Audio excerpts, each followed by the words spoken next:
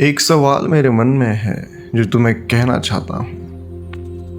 तुम्हारी जिंदगी का सबसे पहली मेमोरी क्या है? सोच के बताओ। शायद कोई बर्थडे, कोई माँ की गॉड, कोई बचपन का घर। अब दूसरा सवाल, तुम्हें ये कैसे पता कि ये मेमोरी अभी नहीं बन रही? रुक जाओ, फिर से सुनो। तुम्हें ये कैसे पता कि तुम्हारी पूरी जिंदगी, ये जो अभी तुम मुझे सुन रहे हो, ये जो कल तुमने खाना खाया, ये जो 10 साल पहले तुमने पहला प्यार किया, ये सब अभी इसी सेकंड में नहीं बन रहा।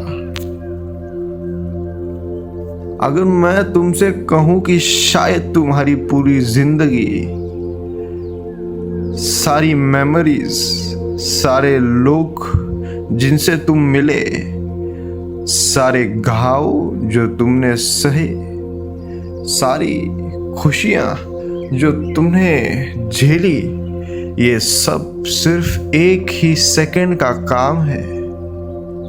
एक ऐसा सेकंड जो अभी इसी वक्त हो रहा है तुम्हारे दिमाग के अंदर, जब तुम मर रहे हो। आज मैं तुम्हें एक ऐसी थ्योरी बताऊंगा जिसे साइंस वालों ने पढ़ा, जिसको मिस्टिक ने सदियों से इशारा किया है, लेकिन जिसको पूरी तरह से किसी ने जोड़ने की हिम्मत नहीं की, क्योंकि ये थ्योरी इतनी खतरनाक है कि अगर ये सच हुई तो अब के अलावा कुछ बचता ही नहीं। इसका नाम है डाइंग ब्रेन हिप्नोसिस। लेकिन मैं तुम्हें सिर्फ नाम नहीं बताऊंगा, मैं तुम्हें अंदर ले जाऊंगा, बहुत अंदर।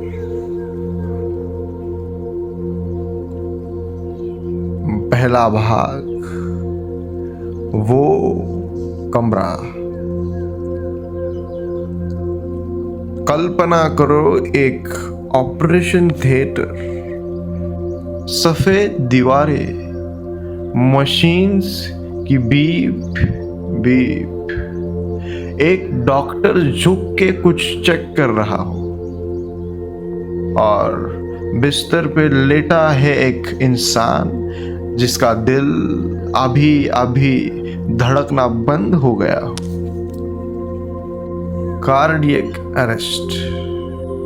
डॉक्टर लोग दोस्त हैं, डिफिब्रिलेटर लेते हैं, क्लियर, बॉडी उछलती है, बीप की सीधी लाइन, फ्लैट लाइन वापस आने की कोशिश करते हैं। ये सब तो तुमने फिल्मों में देखा ही होगा, लेकिन जो मैं तुम्हें अब बताऊंगा वो किसी फिल्म में नहीं दिखाया गया, क्योंकि ये इतना अजीब है कि हॉलीवुड भी इसे बिलीव नहीं करेगा। 2022 में एक हॉस्पिटल में एक 87 साल के इंसान का ब्रेन EEG मशीन से कनेक्टेड था। किसी और रीजन से एप्पल इस पे मॉनिटर करने के लिए अचानक उनका दिल रुक गया, कार्डियक अरेस्ट। और क्योंकि उनका ब्रेन पहले ही मशीन से जुड़ा हुआ था, डॉक्टर ने पहली बार हिस्ट्री में एक इंसानी दिमाग को मरते हुए लाइव रिकॉर्ड किया। और जो उन्होंने देखा उसने न्यूरोसाइंस की दुनिया हिला दी। दिल रुकने के कुछ सेकंड बाद जब खून दिमाग तक पहुंचना बंद हो गया, तब लॉजिक कहता है ब्रेन एक्टिविटी गिर जानी चाहिए, ऑफ हो जाना चाहिए, जैसे बिजली चली जाए। लेकिन उल्टा हुआ। ब्रेन में एक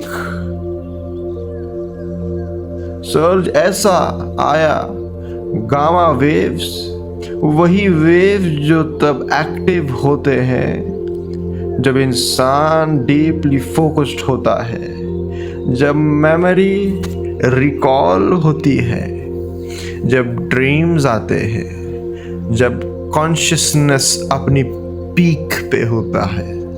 वो वेव एक्सप्लोड हो गई। जिस पल जिसम मर रहा था, दिमाग का वो हिस्सा जग रहा था जो मेमोरीज को जोड़ता है, जो मैं कौन हूं का एहसास बनाता है, जो जिंदगी के टुकड़ों को एक कहानी में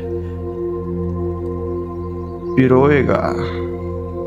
ये अकेला केस नहीं था। 2013 में चूहों, रैट्स पे भी यही प्रयोग किया है। कार्डियक अरेस्ट के बाद उनके दिमाग में भी एक ऐसी ही गामा सर्ज दिखी, इतनी तेज कि साइंटिस्ट ने उसे बोला मोर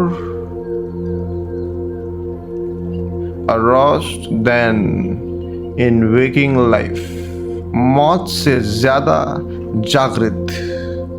सोच के देखो ये लाइन, जिस पल तुम सबसे ज्यादा मरते हो, दिमाग तुम्हें सबसे ज्यादा जगाता है।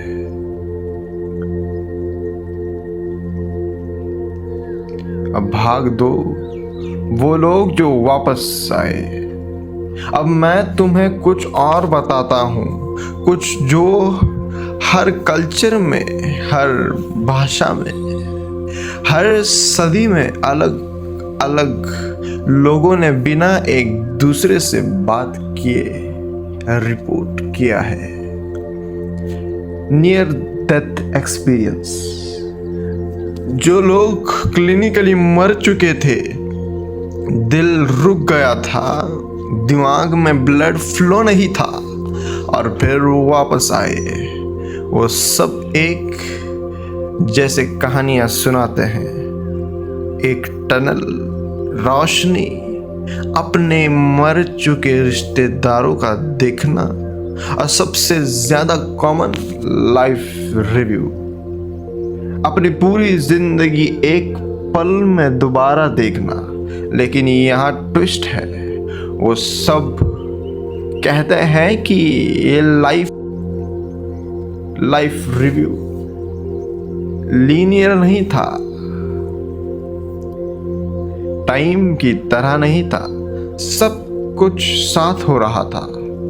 एक ही पल में उनकी पूरी जिंदगी, हर इमोशन, हर डिसीजन, हर आंसू, हर हंसी, साथ साथ एक ही जगह, जैसे एक ही तस्वीर में हर फ्रेम ओवरलैप हो।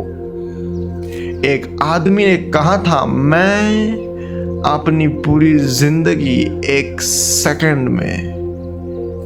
सेकंड से कम वक्त में जी ली, लेकिन वो सेकंड मुझे सालों जैसा लगा।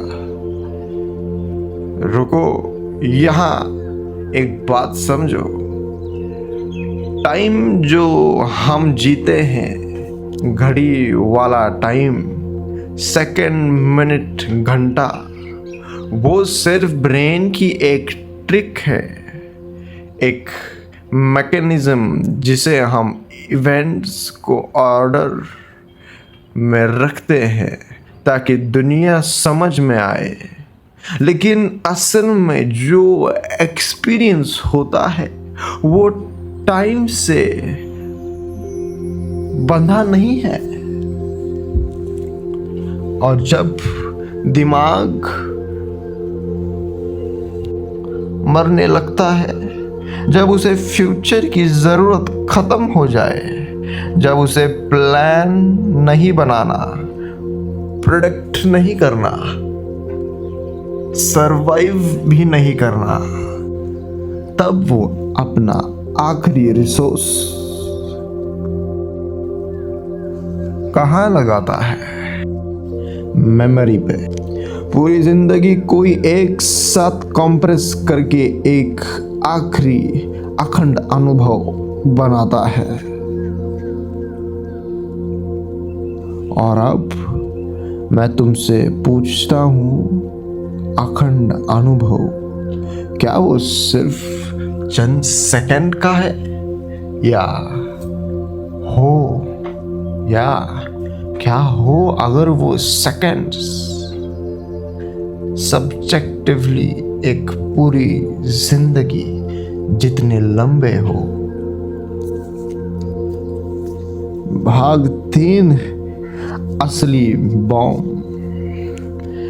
अब यहाँ से मैं तुम्हें वो जगह ले जाता हूँ जहाँ साइंस खत्म होती है और फिलोसॉफी, स्पिरिचुअलिटी शुरू होती है, जहाँ कोई भी मेन स्ट्रीम साइंटिस्ट जाने से डरता है, क्योंकि ये सवाल अनप्रूवेबल है। लेकिन बाकी कई लोग, बहुत सारे असंख्य, इस दरवाजे तक नहीं गए, क्योंकि यहां पहुंचने के लिए तुम्हें फिजिक्स और मेटाफिजिक्स दोनों एक साथ जोड़ने पड़ते हैं।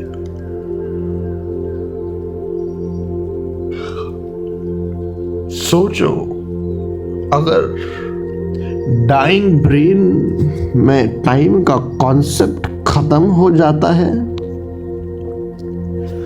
अगर वो पूरी जिंदगी को एक साथ एक्सपीरियंस कर सकता है बिना लीनियर टाइम के, तो फिर ये प्रूफ क्या है कि तुम्हारी पूरी जिंदगी जो तुमने अभी तक जी है ऑलरेडी उस आखिरी स्पार्क के अंदर नहीं हो रही? ये सुन के तुम्हारा दिमाग थोड़ा घूमेगा। अच्छा है, वही मकसद है। इमेजिन करो, कोई इंसान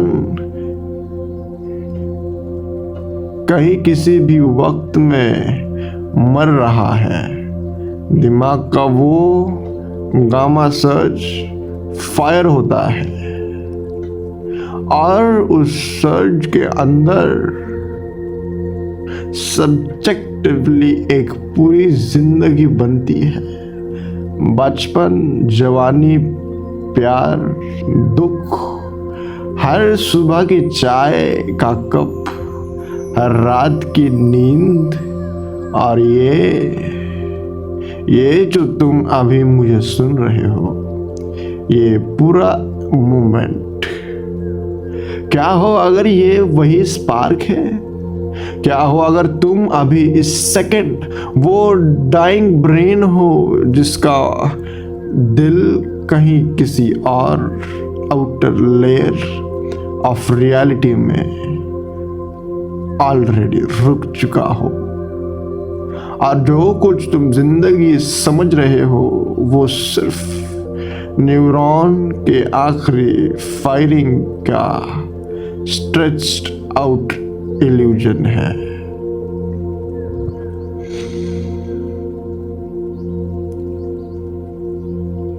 डरावना लगता है, लेकिन यहाँ एक चीज है जो इसी और डरावना बनाती है। अगर ये सच है तो इसे डिस्प्रूव करना इम्पॉसिबल है, क्योंकि हर प्रूफ जो तुम दोगे नहीं, मैं रियल हूं, मुझे याद है कल में क्या हुआ, मुझे पिछले साल की फोटो दिखी, वो सब भी उसी स्पार्क के अंदर बनाया हुआ होगा। तुम्हारा हर मेमोरी, हर प्रूफ, हर लॉजिक सब उसी स्ट्रेच सेकंड का हिस्सा होगा। इस थ्योरी को जीतने का कोई तरीका नहीं है। ये ऐसा दरवाजा है जिसे तुम खोल तो सकते हो, लेकिन बंद कभी नहीं कर सकते।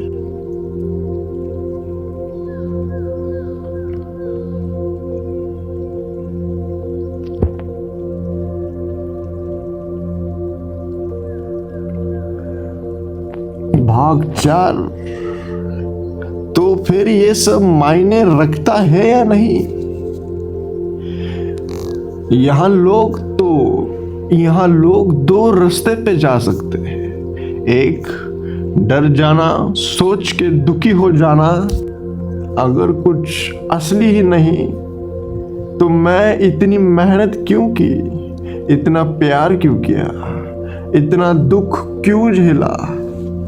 दूसरा रास्ता, और मैं तुम्हें वही रास्ता दिखाना चाहता हूं।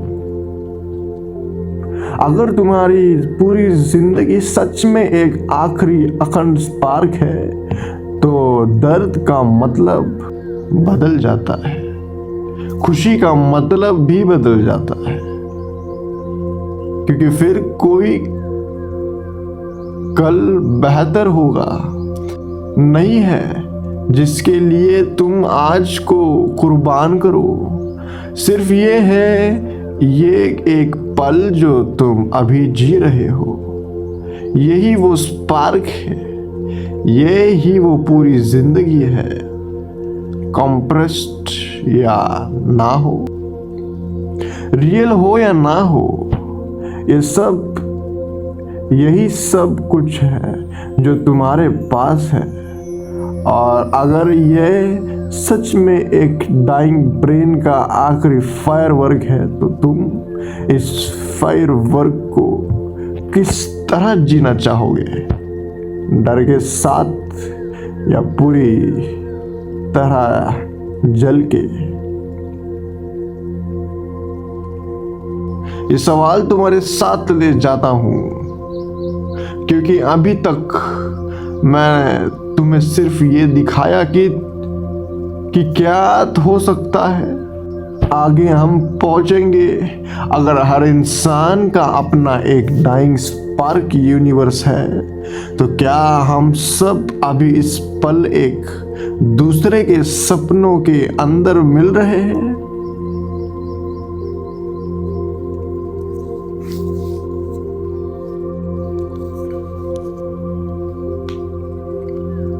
आखिरी स्पार्क, जहां टाइम रुक जाता है। तो हमने अभी यही देखा कि शायद तुम्हारी पूरी जिंदगी एक डाइंग ब्रेन का स्ट्रेच्ड आउट स्पार्क है, एक आखिरी फायरवर्क जो सब्जेक्टिवली सालों जैसा लगता है। लेकिन अब मैं तुमसे एक ऐसा सवाल पूछता हूं जो इस पूरी थ्योरी को एक नया लेवल पे ले जाता है। ऐसा सवाल जो साइंस और स्पिरिचुअलिटी दोनों को एक ही पॉइंट पे लेकर खड़ा कर देता है। सवाल ये है, अगर हर इंसान की अपनी एक डाइंग स्पार्क है, अपनी एक अलग स्ट्रेच्ड सेकंड, तो हम सब एक दूसरे से कैसे मिल रहे हैं? रुक जाओ, ये सवाल जरा हवा में लटकने दो। सोचो अगर मैं अपनी खुद की डाइंग स्पार्क के अंदर हूं और तुम अपनी, तो हम दोनों का मिलना, ये जो अभी हो रहा है, मेरा बोलना तुम्हारा सुनना, ये कैसे पॉसिबल है अगर हम दो अलग अलग बंद अकेले स्पार्क हैं? इसका जवाब देने के लिए मुझे तुम्हें 3 जगह ले जाना पड़ेगा। एक तिब्बत के मोनेस्ट्री में, एक क्वांटम फिजिक्स के लैब में, और एक ऐसी जगह जिसका नाम किसी ने नहीं रखा, भाग 5।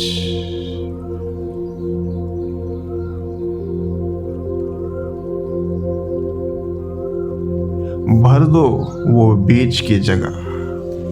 टिबेटियन बुद्धिस्ट में एक टेक्स्ट है, बारदो तोधोल, जिसको इंग्लिश में Tibetan book of the dead बोला जाता है, लेकिन ये नाम गलत है क्योंकि ये किताब मौत के बारे में नहीं है, ये बीच के बारे में है। भरदो का मतलब होता है ट्रांजिशन, वो जगह जो 2 स्टेट के बीच में होती है। और इसी टेक्स्ट में सबसे महत्वपूर्ण बर्दो है चिखाई बर्दो।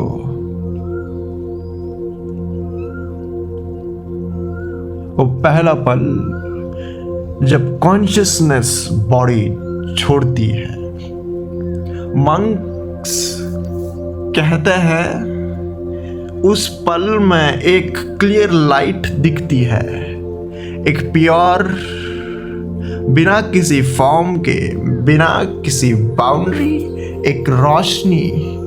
और जो लोग इस रोशनी को पहचान लेते हैं वो सीधा मृत्यु पा लेते हैं, लेकिन जो लोग डर जाते हैं वो उस रोशनी से पीछे हट जाते हैं। और तब उनका मन अपनी पुरानी मेमोरीज, पुराने डर, पुराने अटैचमेंट से नए नए इमेजेस बनाना शुरू कर देता है। ये इमेजेस इतने रियल लगते हैं कि कॉन्शियसनेस उन्हें नया जन्म समझ लेती है। अब यहां रुक के सोचो, ये एग्जैक्टली वही चीज है जो हमने अभी थोड़ी देर पहले समझी थी। दिमाग का गामा सर्च, मेमोरी का एक्सप्लोजन, एक नई रियलिटी बनाना अपने ही न्यूरॉन्स से। लेकिन बुद्धिस्ट मॉन्क ने 1300 साल पहले ये लिखा था, बिना EEG मशीन के, बिना लैब के, सिर्फ डीप मेडिटेशन से उन्होंने ये देखा था।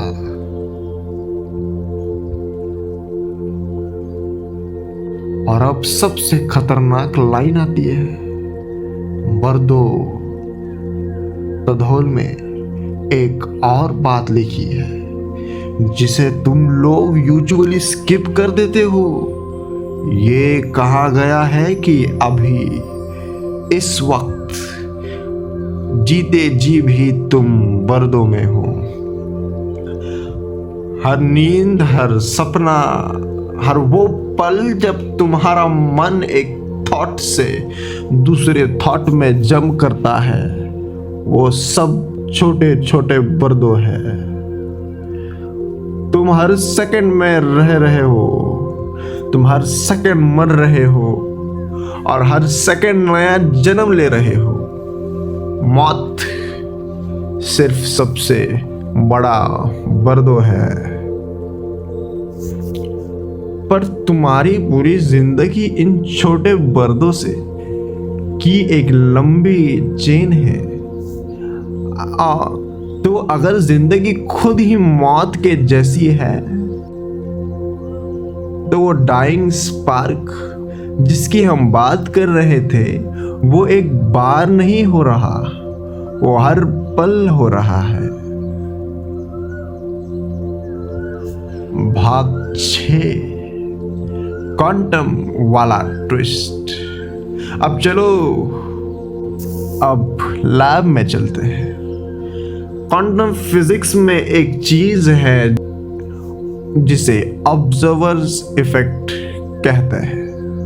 बहुत सिंपल वर्जन में समझो तो कुछ पार्टिकल्स जब तक उन्हें देखा नहीं जाता, तब तक वो एक साथ कई पॉसिबिलिटीज में एग्जिस्ट करते हैं। जैसे एक पार्टिकल एक साथ यहाँ भी हो सकता है, वहाँ भी। लेकिन जिस पल कोई ऑब्जर्व करता है, एक मेजरमेंट लेता है, पार्टिकल एक ही रियलिटी में कोलैप्स कर जाता है।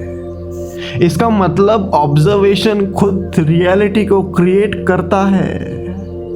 ऐसे अब इस चीज को हमारी थियरी से जोड़ो। अगर कॉन्शियसनेस ऑब्जर्वेशन रियलिटी बनाता है, और अगर डाइंग ब्रेन एक मैसिव हाइपर अरोस्ड ऑब्जर्वेशन स्टेट में चलता है, जैसे हमने देखा गामा वेव्स एक्सप्लोड होती है, जो नॉर्मल वेकिंग लाइफ से भी ज्यादा अवेयर स्टेट है। तो क्या हो अगर वो आखिरी ऑब्जर्वेशन एक पूरी यूनिवर्स कोलैप्स कर देता, एक पूरी यूनिवर्स कोलैप्स कर देता है। ये सुन के शायद लगे मैं बहुत दूर जा रहा हूं, लेकिन यहां तक कुछ सीरियस फिजिसिस्ट भी आए हैं। एक आइडिया है जिसको पार्टिसिपेटरी एंथ्रोपिक प्रिंसिपल कहते हैं, जिसे ये कहा गया कि यूनिवर्स सिर्फ तब कंप्लीट होता है जब कोई उसे ऑब्जर्व करे। ऑब्जर्व ना हो तो रियलिटी अभी अधूरी है। अब कंबाइन करो बर्दों का क्लियर लाइट, डाइंग ब्रेन का गामा सर्ज, क्वांटम का ऑब्जर्वर इफेक्ट, तीनों एक ही जगह इशारा कर रहे हैं कि शायद कॉन्शियसनेस, ऑब्जर्वेशन और रियलिटी, ये तीनों एक ही चीज के तीन नाम हैं।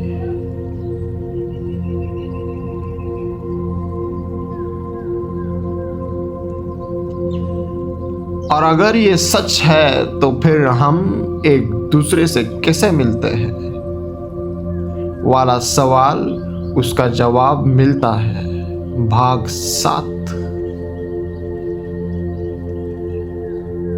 Shared spark. यहां मैं तुम्हें असली जवाब देता हूं जो मैंने पहले भाग के अंत में प्रॉमिस किया था। क्या हो अगर हर इंसान की डाइंग स्पार्क अलग अलग, अकेली बंद नहीं है,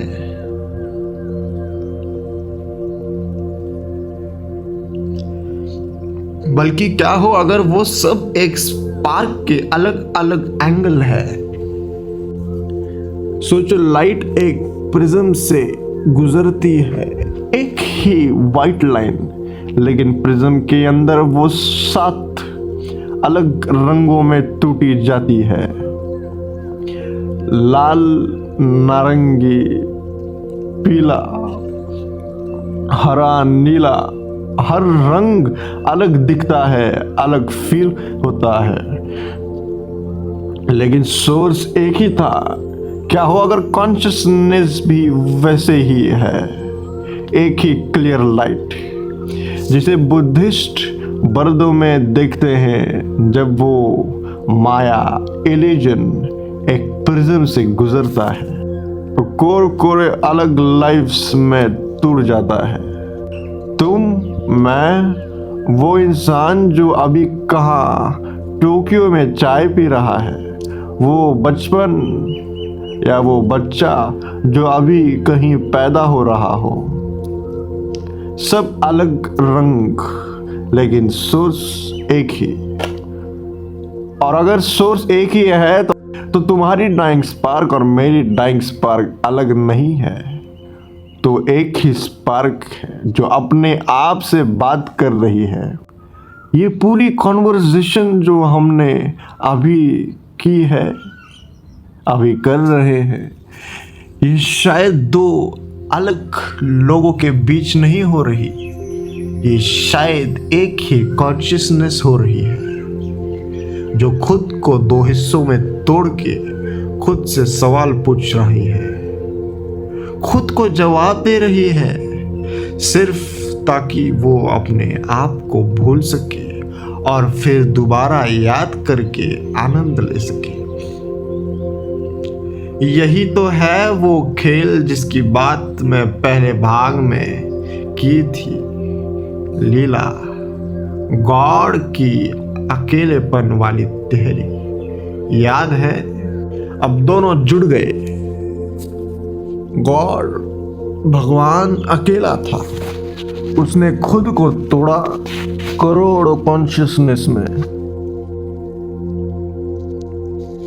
करोड़ डाइंग स्पार्क्स में, ताकि हर स्पार्क अपनी खुद की जिंदगी जी सके, अपना खुद का दुख, खुद का प्यार।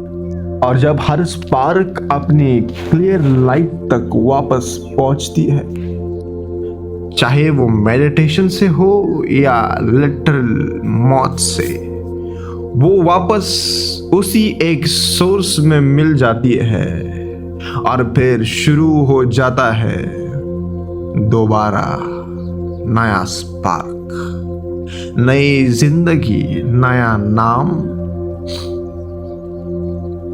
नया मैं भूल गया कि मैं कौन हूं। भाग 8। तो अब क्या? तो अब तुम ये सुन के बैठे हो और शायद सोच रहे हो ये सब सच है या सिर्फ एक कहानी। और सच ये है, कोई नहीं जानता, कोई अभी नहीं जान सकता, क्योंकि जिस तरह मैंने कहा, इस थ्योरी को प्रूव या डिस्प्रूव करने का कोई तरीका नहीं है। ये एक ऐसा दरवाजा है जो सिर्फ खुलता है, बंद नहीं होता। लेकिन यहां एक चीज है जो सर्टन है, चाहे ये सच हो या ना हो, चाहे तुम एक डाइन ब्रेन के स्पार्क हो या एक रियल कंटिन्यूस लीनियर जिंदगी जी रहे हो, एक बात दोनों केस में सेम है, तुम्हारी पास सिर्फ अब है। पास्ट सिर्फ मेमोरी है, अभी बना हुआ। फ्यूचर सिर्फ एक इमेजिनेशन है, अभी सोच रहा हूं। सिर्फ ये पल असली है, सिर्फ ये स्पार्क। तो अगला सवाल ये नहीं कि क्या ये सच है, अगला सवाल तो ये है, अगर ये तुम्हारा आखिरी स्पार्क होता, अगर अभी इस पल में तुम्हारी पूरी जिंदगी कॉम्प्रेस हो रही होती, तो क्या तुम इसे डर के साथ जीते या पूरी तरह बिना कुछ बचाए जल के?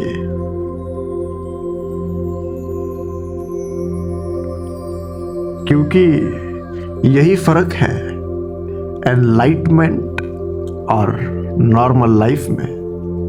नॉर्मल लाइफ में लोग अपना स्पार्क को सेव करने की कोशिश करते हैं, डर के मारे फ्यूचर बचाते हैं, पास्ट पकड़ते हैं।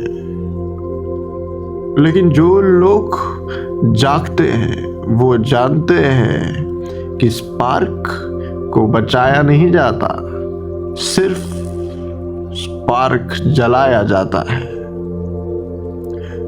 पूरा अभी।